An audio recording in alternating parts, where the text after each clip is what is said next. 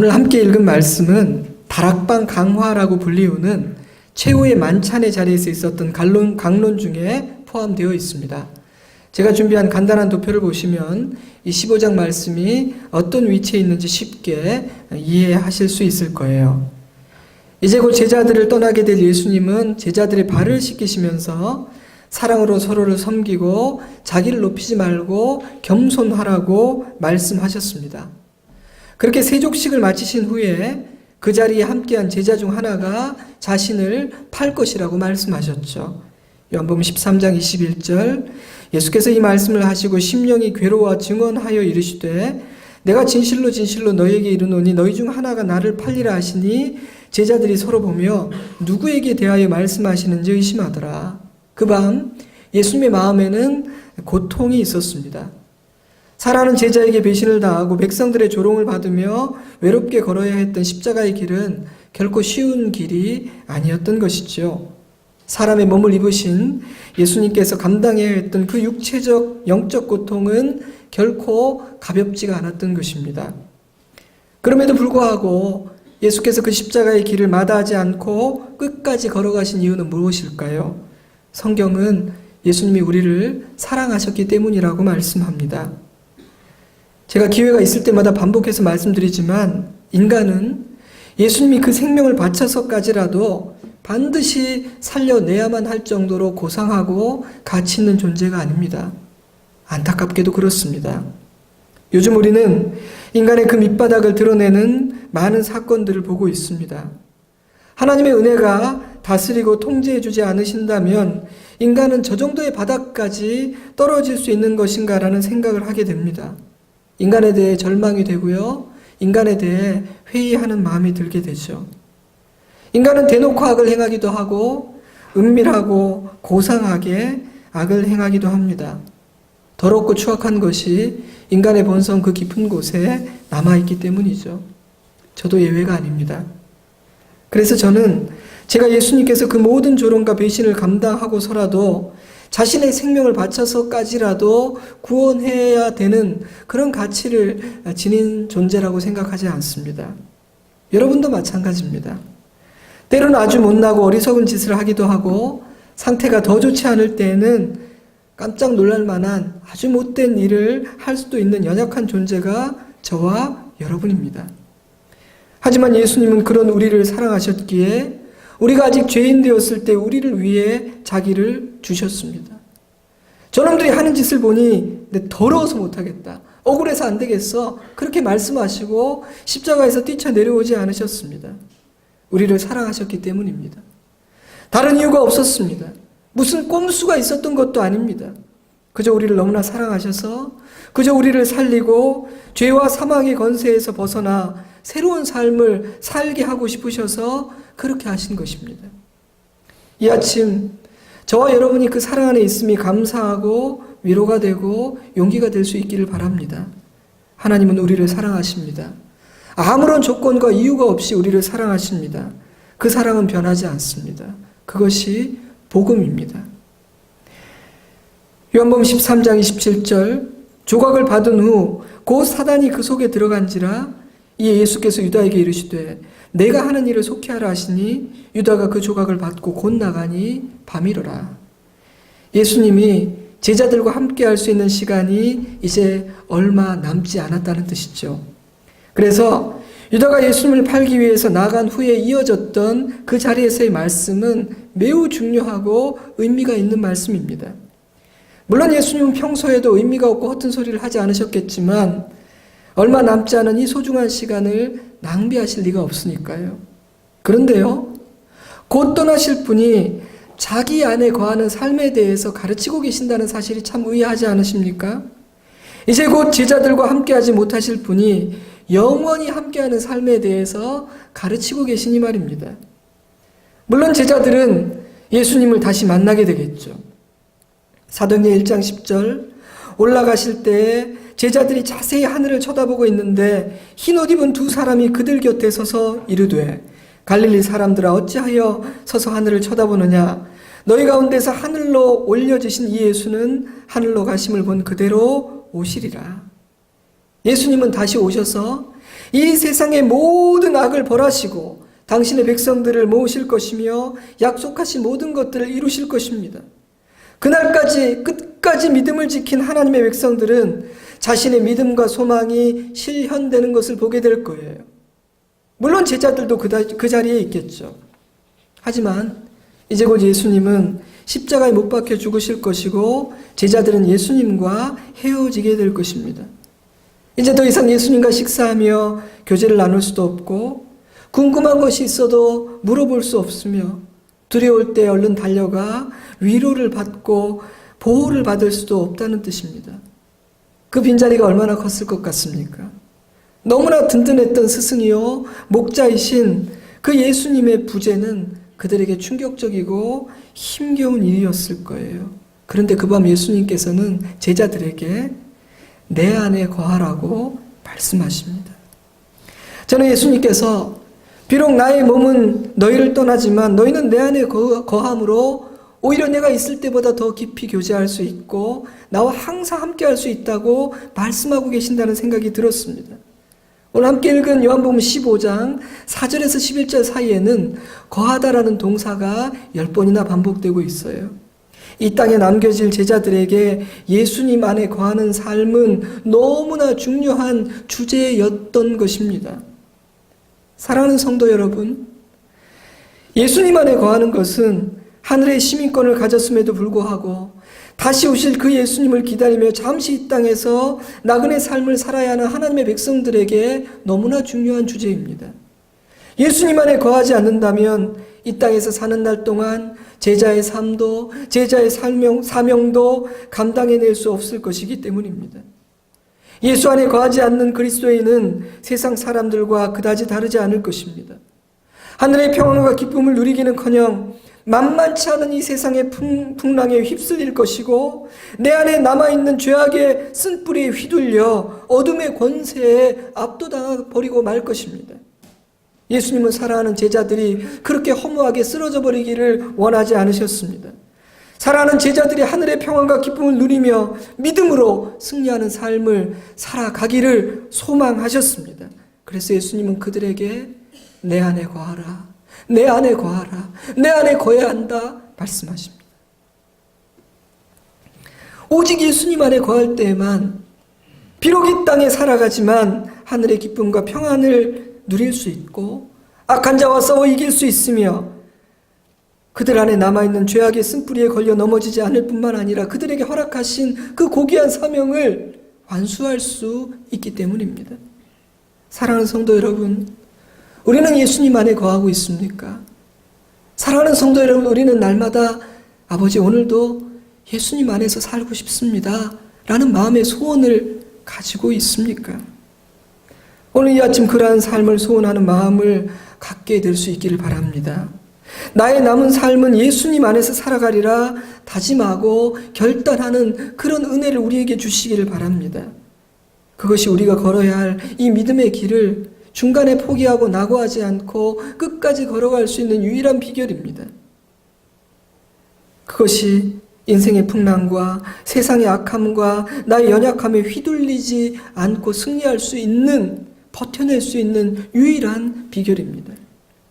오늘 저는 왜 우리는 예수님 안에 거해야 하는가? 우리가 예수 안에 거할 때 우리에게 어떤 일이 일어나는가라는 질문에 대한 대답 몇 가지를 함께 묵상해 보기를 원합니다. 저는 먼저 예수님 안에 거하는 것은 어떤 비행기에 오르는 것과 비슷하다는 비유의 말씀을 드리고 싶어요. 얼마 전 재미있는 이야기를 읽었습니다. 어떤 분이 여행을 가게 되었는데 출발하기 전 이런저런 일들로 마음이 분주했는데 공항에 도착해서 수속을 마치고 짐을 붙이고 비행기에 몸을 탁 싣고 나니까 오히려 마음이 단순해지고 평안해졌다고 하더라고요. 비행기를 타기 전에는 집안일과 직장일 때문에 생각도 많고 마음이 분주했는데 모든 것을 기장에게 맡기고 목적지에 도착할 때까지 그저 자신은 가만히 있기만 하면 된다는 생각을 하고 나니 그냥 마음이 내려놓아지고 평안해지더래요. 이미 비행기를 탔으니 다른 선택을 할 수 없기 때문이기도 할 것이고요. 또한 가끔 화장실을 가기 위해 비행하는 방향과 반대로 걸어간다 해도 비행기는 여전히 목적지를 향해 가고 있을 것이며, 또 때로는 잠시 잠이 든다고 해도 자신이 잠든 그 시간 중에도 비행기는 계속해서 목적지를 향해서 날아가고 있을 것이라는 생각이 들었기 때문입니다. 그 이야기를 읽으면서 예수님 안에 거하는 것도 그와 비슷하겠구나 하는 생각이 들더라고요. 성도 여러분, 우리가 예수님 안에 거한다는 것은요, 예수님이 목적지를 정하고 날아가는 그 예수님이라는 비행기에 탑승하는 것과 마찬가지입니다. 우리의 연약함과 죄성으로 인해 우리는 종종 실수하고 넘어지고, 또 때로는 예수께서 우리를 데리고 가고자 하는 그 방향과는 역방향으로 역주행을 할 때도 있습니다. 그러나 예수님 안에 거하고 있다면 우리는 계속해서 목적지를 향해 가게 될 것입니다. 잠깐 잠이 들고 때로는 모든 것이 멈추어져 있는 것처럼 느껴지는 그 순간에도 나를 태우고 있는 그 비행기는 여전히 목적지를 향해서 날아가고 있는 것이죠. 저에게는 이 사실이 얼마나 위로가 되는지 몰라요. 비록 부족하지만 아버지 안에 거하고 있는 나는 그 어떤 순간에도 하나님의 선하신 뜻을 향해, 천국을 향해 한 걸음 한 걸음 전진하고 있구나라는 그 믿음 때문입니다. 하나님 안에 거하는 사람에게는요, 하루하루의 시간을 견디고 그저 잘 보내기만 하는 것도 큰 의미가 있습니다. 왜냐하면 하나님은 당신의 모든 약속을 이루시기 위해 오늘도 일하고 계시기 때문에, 하나님 안에 거하는 하나님의 백성들에게 시간이 흘러간다는 것은 하나님의 약속이 성취되는 날을 향해서 더 다가가고 있다는 뜻이기 때문입니다. 비행기를 타면 우리는 종종 비행 시간을 확인하게 됩니다. 지금 몇 시간 날아왔는가? 왜냐하면요, 비행한 시간만큼 목적지가 더 가까워졌다는 것을 우리는 알기 때문입니다. 때문에 목적지를 향해 가는 비행기에 탄 사람에게는 시간이 흘러가는 것 그 자체가 참 의미가 있지 않습니까? 그래서 우리는 비행 시간을 확인하죠. 그와 마찬가지로 하나님 안에 거하는 사람에게는 내가 하루를 견디고 하루를 살아냈다는 것 자체가 의미가 있습니다. 비록 실수도 하고 후회도 남을 수 있겠지만 하나님 안에서 하루를 보냈다면 그것은 감사한 일입니다. 그래서 저는 하루를 보내고 잠자리에 들 때면 감사의 기도를 드려요. 하나님 아버지, 제가 오늘 하루를 무사히 보내게 하신 것을 참 감사합니다. 하루를 보냈으니까 좋으신 그 아버지 만날 날이 더 가까워졌고, 하나님께서 이루시는 그 일들을 볼 날이 더 가까워졌으니 참 감사합니다. 부족하지만 제가 저에게 주어진 사명을 오늘 하루도 감당했으니 이제 제 사명을 마칠 날이 더 줄어들었고 그 마칠 날이 가까워졌으니 저는 참 감사합니다. 저는 하나님 안에 거하는 사람에게는 그런 감사가 있다고 생각합니다. 그러므로 여러분, 우리가 매일매일 점검해야 되는 사실은 한 가지뿐입니다. 내가 비행기를 바로 탔는가? 내가 하나님 안에 거하고 있는가? 우리는 그것만 잘 점검하면 되는 것이에요. 사랑하는 성도 여러분, 여러분은 예수님 안에 거하고 있습니까? 나를 맡길 비행기를 분명히 선택하고 안전벨트를 단단히 매셨나요? 나는 예수님 안에 거하고 있기 때문에 날마다 순간마다 목적지를 향해서 나아가는 인생을 살고 있다고 믿으십니까? 예수님 안에서, 예수님 때문에 평안하신가요? 일단 비행기에 탑승했다면 중간에 낙하산을 메고 뛰어내리는 어리석은 일을 해서는 안 됩니다. 비행기에 탄 사람은요, 목적지에 이를 때까지 내릴 생각하지 않습니다. 난기류를 만나 기체가 흔들리고 두려움이 찾아온다 할지라도 비행기 안에 머무릅니다. 그처럼 믿음의 사람들은 그 어떤 일이 있더라도 예수 그리스도 안에 머물러야 합니다. 하나님께서 나를 지켜주실 것임을 믿고 그 비행기에서 뛰어내리는 어리석은 일을 하지 않아야 됩니다. 그것이 믿음의 실력이에요. 그러면 하나님께서 이루시는 선한 일을 보게 됩니다. 그렇게 버티고 견디며 하루를 보내고 나면 머지않아 목적지에 이르게 됩니다. 그러나 그 은혜는 오직 끝까지 그리스도 안에 거하는 자들만이 누리게 될 것입니다. 오늘 본문에서 예수님은 우리가 예수님 안에 거할 때 어떤 일이 일어난다고 말씀하셨나요? 예수님은 내 안에 거하는 자는 열매를 맺게 된다고 말씀하셨습니다. 내 안에 거하라, 나도 너희 안에 거하리라. 가지가 포도나무에 붙어있지 아니하면 스스로 열매를 맺을 수 없음 같이 너희도 내 안에 있지 아니하면 그러하리라. 나는 포도나무여 너희는 가지라. 그가 내 안에 내가 그 안에 거하면 사람이 열매를 많이 맺나니 나를 떠나서는 너희가 아무것도 할 수 없음이라. 포도나무는 관상용이 아니죠. 예쁘게 자라는 것을 보기 위해서 기르는 나무가 아니라는 겁니다. 그러므로 열매를 맺지 않는 포도나무는 존재할 가치가 없습니다. 그런데 구약 성경은 이스라엘 백성들을 포도나무로 비유하기를 즐거워했고요. 예수님은 오늘 우리를 포도나무라고 말씀하십니다. 그것은 하나님의 백성들은 반드시 열매를 맺어야 한다는 의미가 아닐까요? 그런데 예수님은 내 안에 거해야만 열매를 맺을 수 있다고 말씀하셨습니다. 그렇다면 예수님 안에 거하는 것은 옵션일 수가 없습니다. 우리가 맺어야 하는 열매는 어떤 것들일까요? 아주 많을 거예요. 오늘 본문의 문맥에만 집중해 본다면 예수님은 특별히 제자들에게 사랑이라는 열매를 기대하시는 것 같아요. 내 계명은 곧 내가 너희를 사랑한 것 같이 너희도 서로 사랑하라 하는 이것이니 사람이 친구를 위하여 자기 목숨을 버리면 이보다 더 큰 사랑이 없나니 너희는 내가 명하는 대로 행하면 곧 나의 친구라. 예수님은 당신의 생명을 바쳐 구원한 당신의 자녀들이 사랑의 사람으로 거듭나기를 원하신다는 것입니다. 하지만 어떻게 우리의 힘으로 사람을 사랑할 수 있겠어요? 우리에게는 그런 실력이 없습니다. 보기 싫고 내 마음을 상하게 하는 사람을 어떻게 품어낼 수 있겠습니까? 그것은 우리의 힘으로 가능한 일이 아니죠. 하지만 예수님은 그저 예수님 안에 거하기만 하면 우리는 열매를 맺게 될 것이라고 말씀하십니다. 아무리 애를 쓰고 노력해도 맺을 수가 없어서 노력하면 할수록 오히려 좌절감만 커졌는데 그래서 나는 안 되나 보다 생각했었는데 그 열매는 나의 노력과 수고를 내려놓고 힘을 빼고 그저 예수님 안에 온전히 거할 때 맺을 수 있다는 것입니다. 자, 여러분, 이 말씀에 의하면 어쩌면 우리가 열매를 맺지 못하는 가장 중요한 이유는 우리가 온전히 예수님 안에 거하지 않고 우리의 지혜와 실력과 노력으로 열매를 맺으려고 애쓰기 때문인지도 모르겠습니다. 그렇다면 우리에게 진정으로 필요한 것은 정말 우리의 힘이, 우리의 기가 완전히 빠지는 것, 정말 그리스도 안에서 내가 죽는 것이겠지요. 그리고 온전히 그리스도 안에 맡기고 거하는 것, 그것이 우리에게 필요한 것 같습니다. 여러분, 열매가 맺히는 것을 보는 기쁨은 참으로 큽니다. 어릴 때 화분에 제가 콩을 심었고 키워본 적이 있어요. 초등학교 때 가끔 학교에 숙제도 주고 그러지 않습니까? 근데 이 콩이 얼마나 이 생활력이 좋고 생명력이 강한지 쑥쑥 자라더니 열매를 맺었어요. 좀 부실하기는 했습니다. 제가 어린아이가 기르니까요. 그런데 그 열매를 보는 기쁨이 그 어린 저에게도 얼마나 컸던지 지금도 기억이 생생해요. 엄마! 열매가 맺혔다고. 콩이 열렸어. 열매를 보는 기쁨은 크더라고요. 그러니 여러분, 하나님 왜 부담스럽게 자꾸 열매 하십니까? 이렇게 생각하지 마세요. 예수님은 우리에게 열매를 맺는 기쁨, 내게 맺힌 그 열매를 보는 큰 기쁨을 알게 하려고 하시는 겁니다. 열매를 맺어보렴. 그러면 내가 왜 그토록 너에게 열매를 원했는지 알 수 있을 거야. 이것이 예수님의 마음이에요.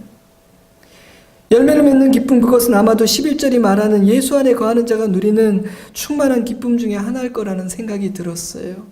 어떤 분이 자신은 믿음이 부족하고 그래서 이 순종에 늘 한계가 있다는 생각을 하셨습니다. 순종하지 못하니까 참 성장하지 못하는 것이 아닌가 하는 안타까움을 갖고 계셨어요. 저는 솔직히 그런 고민을 하는 자체가 성숙의 증거라고 생각하고요. 그분은 그런 고민을 하지 않는 분들보다 더 성숙하다고 생각했는데 그분은 자신에 대해서 그런 아쉬움을 늘 가지고 있고 그걸 가지고 기도를 하시는 분이었습니다. 그런데 어느 날 그분이 자신이 한계라고 생각했던 어떤 하나의 문을 순종으로 넘으셨어요. 열매를 맺은 겁니다. 자기를 부인해야 하는 어려운 일이었는데 예수님 안에서 순종하신 것이죠. 근데 저는 그분이요, 그 순종을 하고 나서 너무나 기뻐하는 모습을 보았습니다. 희생한 것이고 낮아진 것이고 세상적으로 보면 사서 고생하고 자기가 손해본 것이고 양보한 것인데도 불구하고 어린아이처럼 기뻐하시더라고요. 저는 그 기쁨은 예수님 안에 거하는 자가 열매를 맺음으로 누리게 되는 기쁨이라는 생각이 들었습니다. 저는 우리도 그 기쁨을 누릴 수 있기를 원합니다. 그러려면 예수님 안에 거해야만 합니다. 저는 거하는 자가 맺는 열매 중 하나가 사명의 열매라는 생각이 들었어요. 사명의 열매. 맡겨진 사명을 잘 감당함으로 맺게 되는 열매, 그것이 예수님 안에 거하는 자가 맺는 열매 중에 하나라는 것이죠. 여러분, 제자들에게 사명이 있었던 것처럼 우리에게도 사명이 있습니다. 하나님께서 우리를 지으시고 세상에 보내실 때는 이유가 있기 때문입니다. 존재할 이유가 전혀 없이 이 땅에 보내지고 할 일이 없고 아무런 사명이 있음에도 불구하고 죽지 않고 살아남아 있는 사람은 단 한 사람도 없다고 저는 확신합니다. 죽을 고비를 넘겼습니까? 살아있습니까? 이유가 있는 겁니다. 근데 여러분은 여러분의 사명이 무엇인지를 알고 계신가요? 물론 크게 보면 우리 모두에게는 영혼 구원의 사명, 사람을 치유하고 섬기는 사명, 하나님의 나라와 의를 구하고 이루는 사명이 주어졌습니다. 하지만 각자에게 구체적으로 주어진 사명의 모습은 다르겠죠. 여러분의 가정에서 여러분의 역할과 사명은 무엇이라고 생각하십니까? 여러분의 가정을 지키고 세우기 위해서 하나님께서 여러분에게 허락하신 역할과 사명은 무엇이라고 생각하십니까? 부모로, 자녀로, 남편으로, 아내로, 며느리로, 사위로 내게 맡기고 부탁하신 사명은 무엇이라고 생각하십니까? 그것을 발견하세요. 그리고 그 사명을 이루십시오. 우리 교회에서 여러분의 역할과 사명은 무엇이라고 생각하십니까? 그것을 발견하세요. 그리고 그것을 이루십시오. 여러분의 직장에서, 학교에서, 여러분의 삶의 자리에서 여러분의 역할과 사명은 무엇이라고 생각하십니까? 그것을 발견하고 그것을 이루어내십시오. 그것이 우리가 맺는 열매입니다. 나의 사명을 깨달으면요, 그것이 힘겨워도 감당할 수 있습니다. 사명이라고 생각하면 힘겨워도 감당할 수 있습니다. 제가 어제 저녁에 어떤 책 한 권을 읽었는데, 제가 소망하는 삶이긴 하지만 자신이 없는 삶이에요. 하지만 그분이 어떻게 그것을 감당할 수 있을까? 그분의 사명이라고 생각하기 때문이더라고요. 내 역할을 깨달으면 분수를 넘는 일을 하지 않을 수 있고 해야 하는데 용기가 없어서 뒤로 물러서 있지 않을 수가 있습니다. 그러므로 내가 있는 그 자리에서 내게 맡기신 사명이 무엇인지를 발견하는 것은 정말 중요합니다. 같은 일을 해도 이것이 하나님께서 내게 부탁하신 사명이라 여기고 감당하는 사람과 생각이 없이 아니면 어쩔 수 없어서 그저 견뎌내기만 하는 사람은 그 차이가 있기 때문이죠. 그런데 그 사명의 열매를 맺는 것은요, 예수님 안에 거할 때만 가능하다는 거예요. 예수님 안에 거할 때만. 내가 용을 쓴다고 될 수 있는 일이 아니라는 것이죠. 그럴 수밖에 없죠. 하나님 밖에서 어떻게 삶의 의미와 사명을 찾을 수 있겠습니까? 또 찾는다 한들 내 실력으로 어떻게 감당할 수가 있겠습니까? 그러므로 우리는 예수님 안에 거해야만 합니다. 그렇지 않으면 우리는 열심히 부지런히 살아도 마지막 순간 인생의 허무함과 허망함을 느끼게 될 것입니다. 어느 날 갑자기 도대체 내가 무엇을 위해서, 무엇을 향해 이렇게 열심히 달려왔는가를 물으며 후회하고 절망하게 될지도 몰라요. 사랑하는 성도 여러분, 예수 그리스도 안에 거함으로 사명의 열매를 거두는 우리의 인생 되기를 주님의 이름으로 축복합니다. 그래서 우리의 날을 다 살고 언제가 눈 감고 이 세상을 떠날 때 하나님 잘 살다 갑니다. 감사합니다. 이렇게 눈을 감을 수 있기를 주님의 이름으로 축복합니다. 5절에서 내 안에 거하지 않으면 열매를 맺지 못할 뿐 아니라 아무것도 할 수 없다고 말씀하신 예수님은 6절에서는 내 안에 거하지 않으면 불에 던져지게 된다고 더 강하게 말씀을 하십니다. 사람이 내 안에 거하지 않으면 가지처럼 밖에 버려져 마르나니 사람들이 그것을 모아다가 불에 던져 사르느니라. 이것은 우리가 예수님 안에 거해야만 하는 또 다른 이유입니다. 부정적인 이유지만 강력한 이유죠. 예수님 안에 거하느냐 아니냐는 우리의 영원한 생사를 결정하기 때문입니다.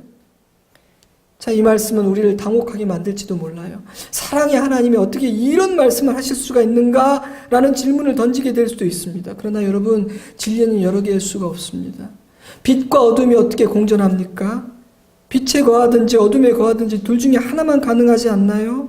선과 악이 공존할 수 있습니까? 선은 선이고 아무리 치장하고 꾸며도 악은 꾸며진 악에 불과합니다. 그러니 인생에는 두 개의 길이 있는데 열매 맺는 길과 불에 던져지는 길 둘 중에 하나밖에 없다라는 이 말씀은 참 정직한 말씀입니다. 그래서 성경은 반석 위에 지은 집은 무너지지 않고 모래 위에 지은 집은 무너진다고 말하지 아무런 기초 위에나 집을 짓기만 하면 된다고 말하지 않습니다. 아무런 선택이나 해도 되고 함부로 살아도 된다고 말하지 않습니다. 사람은 이런저런 이유로 거짓을 말하기도 하고 돌려 말하기도 하지만 하나님은 우리에게 진리를 말씀하지 않을 수 없으니까요. 내 안에 거하지 않으면 버려진다. 불에 던져져 불타게 된다. 참 불편한 말씀이죠. 그러나 우리는 이 말씀을 있는 그대로 읽지 않을 수가 없습니다. 만약 이 말씀을 믿는다면, 이 말씀이 우리에게 조금이라도 마음에 걸림이 있다면 우리는 이 말씀 앞에서 중요한 선택을 해야 됩니다. 어떤 비행기에 탑승할 것인가? 누구에게 소망을 걸고 나의 인생을 맡길 것인가라는 선택이죠. 사랑하는 성도 여러분, 이 선택을 미루지 마시기 바랍니다. 사랑하는 사람들에게 이 선택을 할 기회를 어서 주시기 바랍니다. 기도하시기 바랍니다. 얼마 전 아내에게 큰 일이 있었죠. 하나님의 은혜로 잘 회복되긴 하였지만 진짜 큰일 날 뻔했거든요. 그런데요, 그 일 이후에 저에게 이전에는 없던 현상 하나가 생겼어요. 예전에도 원래 전화를 잘 안 받아요. 근데 지금은요, 전화를 안 받으면 겁이 나요. 예전에도 가끔씩은 낯선 전화번호로 전화가 오기도 했어요. 근데 요즘은 낯선 번호가 뜨면 두려워요. 예전에는 없던 현상이에요. 어제까지 아는 오늘 아침까지만 해도 함께 했던 사람이 내 곁을 떠날 수도 있다는 생각? 아니, 저 사람뿐 아니라 나도 그럴 수 있다는 생각이 저에게 있기 때문에 그런 것 같아요. 사랑하는 성도 여러분, 우리에게 내일이 있을지 없을지 우리는 아무도 알지 못해요. 그러니 오늘을 감사하며 사세요. 너무 먼 미래를 생각하며 살지 말고 오늘을 잘 사세요. 중요한 선택을 내일로 미루지 마세요. 길지 않은 인생, 예수님 안에 거하는 삶을 살기로 작정하고 예수님 안에 거하는 삶을 살아가세요. 쫓기고 염려하고 다투고 미워하고 그렇게 감사와 평안이 없는 삶이 아니라 예수 안에서 평안하고 감사하는 삶을 사세요. 열매를 맺으세요. 또한 예수님은 내 안에 거하는 자는 무엇이든지 구할 수 있고 구하면 다 이루게 된다고 말씀하셨습니다. 너희가 내 안에 거하고 내 말이 너희 안에 거하면 무엇이든 원하는 대로 구하라. 그리하면 이루리라. 거하는 자의 기도는 강력해진다는 겁니다. 거하는 자의 기도는 넓어지고 깊어진다는 겁니다. 힘이 있게 된다는 것이죠. 왜 예수님 안에 거하는 자에게 그런 은혜가 허락될까요? 그 첫 번째 이유는 예수님 안에 거하는 자와 하나님 사이에는 그 친밀한 관계가 형성되기 때문이라고 저는 생각했어요. 거하는 것은 친밀한 관계를 의미합니다. 그런데 우리 하나님이 제일 약한 부분이 관계예요. 우리가 우리의 의로움이나 공로나 세상의 것들을 가지고 아버지께 나아가면 아버지는 조금도 감동하지 않으십니다. 그런 것들로는 아버지의 마음을 움직일 수가 없어요. 모든 것의 주인이신 하나님께 인간의 보잘것없는 의로움이나 공로, 세상의 금은 보화로 환심을 사려는 것처럼 어리석은 일이 또 어디 있겠습니까? 하지만 하나님은 우리가 아버지라고 부르면 그냥 무너지세요. 우리가 자식에게 무너지든 말입니다. 그러므로 예수님 안에 거하는 자에게는 아버지 앞에 무엇이든지 구할 수 있는 특권이 허락됩니다. 거하는 자는 아버지와 친밀한 자녀거든요. 여러분 아버지 안에 거하고 계세요? 두 번째 이유는 예수님 안에 거하는 자는 아버지의 뜻과 마음을 알게 되기 때문이라고 생각합니다. 예수 안에 거하면 무엇이 좋은지를 알게 됩니다. 무엇이 헛된 것인지도 알게 됩니다. 그래서 예수님 안에 거하는 자는 구하는 것이 달라지게 됩니다. 기도 제목이 바뀌고 소원하는 바가 달라지죠. 진짜가 무엇인지를 알았기 때문입니다. 그래서 예수님은 자기 안에 거하는 자녀들에게 안심하고 이렇게 말씀하시죠. 너희가 내 안에 거하고 내 말이 너희 안에 거하면 무엇이든지 원하는 대로 구하라. 그리하면 이루리라. 저는 지극히 상식적인 일이라고 생각해요. 여러분, 미성숙하고 너무너무 걱정이 되는 자녀에게 뭐든지 구해라. 네가 원하는 건 내가 그냥 다 줄게. 백지수표 위임하겠어요? 그래야 하는 것이 자녀를 사랑하는 걸까요? 나는 원하는 것을 무조건 다 토달지 않고 질문하지 않고 다 주는 부모니까 진짜 사랑이 많은 좋은 부모야. 저는 좋은 부모 아니라고 생각해요. 여러분, 어리석은 우리조차 하지 않을 일을 하나님께 요구해서 되겠습니까? 무엇이든지 원하는 대로 구하라 그리하면 이루리라 라는 말씀을 끝내주는구나. 내가 원하는 것 아무 것이나 다 구해도 된다는 말이지, 내 욕심으로 심지어 나쁜 것도 구해도 된다는 말이지 라고 생각하는 사람은 예수 안에 거한다는 것이 도대체 무엇을 뜻하는지를 모르는 사람이에요. 진정으로 예수님 안에 거하게 되면요, 우리의 마음과 소원이 다 달라지게 됩니다. 입맛이 바뀝니다. 예수님을 닮게 되고 예수님이 기뻐하시는 그것을 같이 기뻐하고 소원하게 됩니다. 추구하게 됩니다. 그래서 구하는 것이 달라집니다. 아이, 목사님, 그게 뭡니까?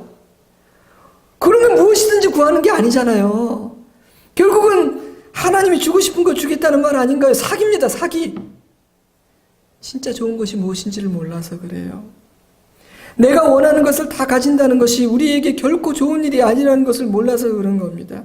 하지만 하나님은 무엇이 우리에게 유익하고 복된 것인지를 잘 아시기에, 우리가 얼마나 어리석고 연약한 존재인지를 잘 아시기에 무엇이든지 구하라 그리하면 이루리라는 말씀 앞에 중요한 전제를 하나 달아두셨습니다.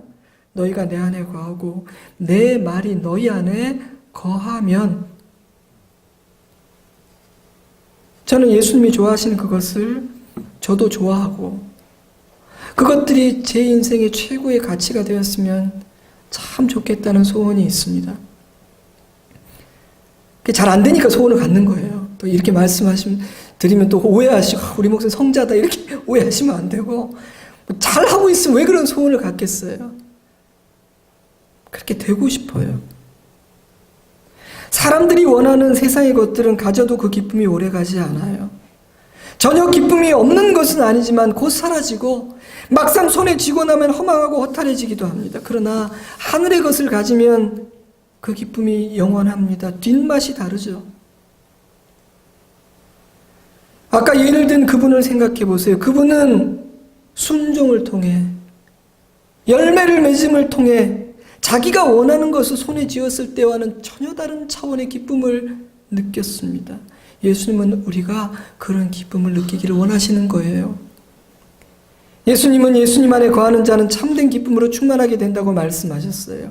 내가 이것을 너희에게 이름은 그 기쁨이 너희 안에 있어 너희 기쁨을 충만하게 하려 함이라. 사랑하는 성도 여러분, 우리는 이 기쁨을 알고 있습니까?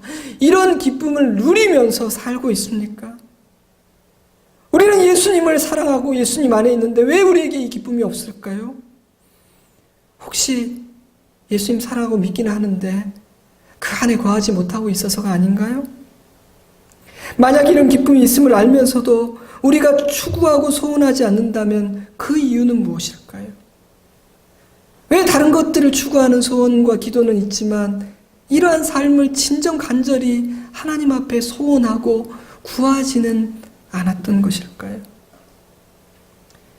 이 기쁨을 한번 맛보면 이 기쁨이 너무 좋아서 이전과는 다른 것을 추구하게 될 것입니다. 이전에 중요하게 여겼던 것들이 그다지 중요하지 않다는 사실을 깨달아 집착이 사라지고 상처와 섭섭함이 덜해지고 자유로워지고 평안하게 되고 이전보다 훨씬 더 감사하는 사람이 될 것입니다. 저는 종종 그런 경험을 합니다. 그래서 저는 예수 안에 거하는 삶을 살고 싶어요.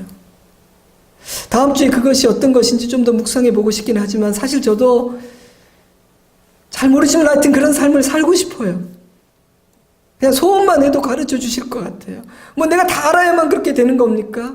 소원하면 하나님께서 그래 하고 알게 해주시지 않을까요? 저는 예수님 안에 거하고 싶습니다. 예수님 안에 거할 때 저는 다른 사람이 되거든요. 깊어지고 넉넉해지고 단단해지고 평안해지고 자유로워지고 기뻐하게 되고 감사하게 되거든요. 그래서 저는 예수님 안에 거했으면 좋겠어요. 이 단에 설 때도 예수님 안에 거하는 사람으로서 설 수 있으면 좋겠어요. 그러면 우리 교회는 좋은 교회가 됩니다. 비전과 프로그램과 화려한 어떤 것들이 교회를 건강하게 만드는 것이 아닙니다. 예수 안에 거하는 기쁨을 아는 사람들이 하나둘씩 늘어날 때 교회는 교회다워지는 것이죠. 이 기쁨은 우리의 상황과 여건을 초월한 기쁨입니다. 예수님 안에 거하기만 하면 누리게 되는 열매와도 같습니다. 이 기쁨이 우리 안에 있으면 좋겠어요. 우리가 이 기쁨을 소망하게 되었으면 좋겠어요. 말씀을 맺겠습니다. 오늘 우리는 왜 예수님 안에 거해야 하는가? 우리가 예수님 안에 거할 때 어떤 일이 일어나며 예수님 안에 거하지 않을 때는 또 어떤 일이 일어나는지를 묵상해 보았습니다. 그것은 비행기를 탑승하는 것과 같다고 말씀드렸어요. 예수님 안에 거하기만 하면 우리는 때로 넘어지기도 하고 잠들기도 하고 역주행하기도 하지만 매일매일 목적지를 향해 날아가는 은혜를 누리게 된다고 말씀드렸어요. 예수님 안에 거하면 예수님의 보호를 받게 된다고 말씀을 드렸습니다. 예수님 안에 거하면 열매를 맺게 되지만 예수님 안에 거하지 않으면 불에 던져지게 된다는 말씀도 드렸습니다. 예수 안에 거하는 자는 무엇이든지 구할 수 있고 구하는 모든 것을 이루게 된다는 말씀도 드렸고, 예수님 안에 거하게 될 때 우리는 예수님이 주시는 그 하늘의 기쁨으로 충만하게 된다는 말씀도 드렸습니다. 그러니 우리 모두 예수 안에 거할 수 있기를 바랍니다. 나의 힘으로 내가 가진 어떤 것으로 살아가려고 하지 말고 용을 쓰는 삶을 살지 말고 예수님 안에 거하는 삶, 예수님께 맡기고 그 인도하심을 따라가고 주시는 것들을 공급받고 누리는 감사의 삶을 살기를 바랍니다. 오늘은 제가 여러분들에게 숙제를 드리려고 합니다. 다음 주일에 제출은 안 하셔도 됩니다. 숙제를 드리려고 해요. 이번 한 주간 동안 기도할 때마다 식사 기도를 하든 아침에 눈을 뜨고 기도하든 밤에 자기 전에 기도를 하든 예수님 안에 거하고 싶습니다. 오늘 하루도 남은 시간도 예수님 안에 거하는 그런 하루가 되기를 제가 원합니다라는 기도를 드리세요. 그리고 한 주간 동안 예수님 안에 거하는 삶을 연습해 보세요. 여러분의 달력에 여러분의 핸드폰에 기록해 두십시오. 예수님 안에 거하는 삶을 연습하는 주 이렇게 쫙 기록을 해두세요. 여러분 어떤 것을 의식하고 의도하는 것은 저는 굉장히 중요하다고 생각해요. 좋은 것은 의식해야 하고 좋은 것은 의도적으로 해야 합니다. 한 주간 이 말씀을 의식하며 살아보세요. 그래, 이번 한 주간 동안 예수님 안에 거하는 삶을 내가 연습하기로 했지 하고 말입니다. 그래서 은혜의 이야기, 감사의 이야기를 가지고 다음 주일 이 자리에서 만납시다. 다음 주일에는 이렇게 기도하지 않았으면 좋겠어요. 벌레마도 못한 죄인이 또 한 주간 동안 수많은 죄를 짓고 넘어졌습니다가 아니라, 하나님, 지난 한 주간 동안 제가 아버지 안에 거하려고 했더니, 그 안에 거했더니 이런 은혜를 알게 되었습니다.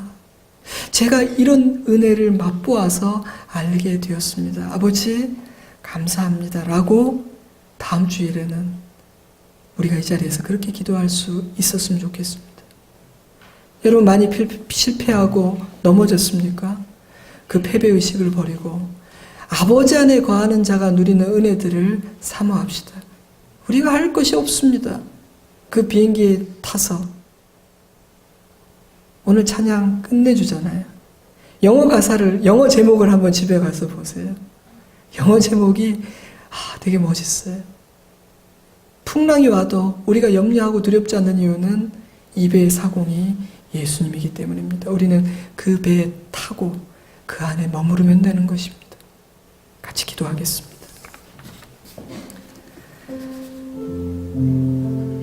예수님 안에 거하기를 원하십니까?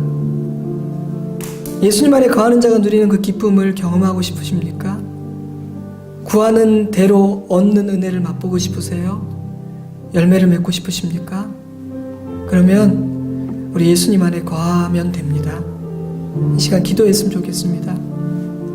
주님, 예수님 안에 거하기를 원합니다. 온전히 거하기를 원합니다. 그것을 가르쳐 주세요. 거하는 삶을 맛보게 해주세요. 그래서 맛보아 알게 해주세요. 이번 한 주간 연습해 보기를 원합니다. 간증을 가지고 우리 다음 주일에 만나게 하여 주시옵소서.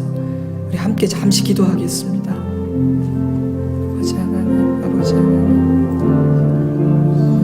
아버지 하나님, 아버지 하나님, 아버지 하나님, 아버지 하나님.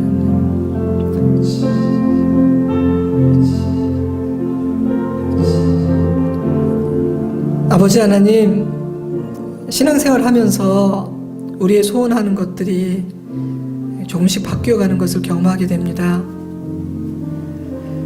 이 땅을 사는 우리에게 정말 가장 큰 축복이 무엇일까? 예수님 안에 거하는 은혜라는 생각이 듭니다. 주님, 그것이 무엇인지 우리에게 가르쳐 주시옵소서. 그리고 우리가 그것을 경험하고 맛보아 알게 하여 주시옵소서. 그래서 우리가 예수님 안에 거하는 삶을 가장 소중하게 여기고 그것을 추구하고 소원하고 결단하게 하여 주시옵소서. 예수님 안에서 누리게 되는 기쁨을 맛보고 싶습니다. 기도할 때마다 이루어지는 것이 어떤 것인지를 알고 싶습니다. 그리고 열매를 맺는 기쁨과 감사를 경험하기를 원합니다. 주님, 예수 안에 있기만 하면 우리가 하루를 버텨내는 것 자체가 의미가 있다는 것을 깨달았습니다.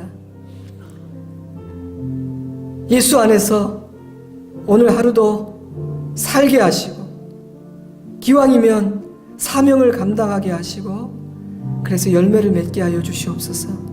우리 성도들 한 사람 한 사람의 삶의 자리에 찾아가셔서 너는 내 안에 내가 네 안에 있는 복을 누리게 하겠다 말씀하여 주시옵소서. 예수님 이름으로 기도드리옵나이다. 아멘. 우리 다 같이 자리에서 일어나셔서 우리 마지막 찬양 함께 하나님께 드립니다.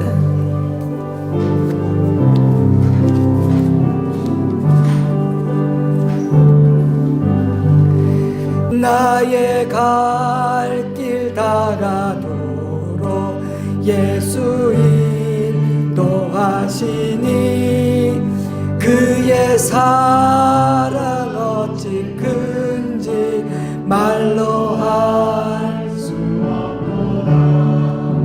성령 감화 받으며 하늘 날아갈 때에 영영 부를 나의 찬송 예수 인도하셨네.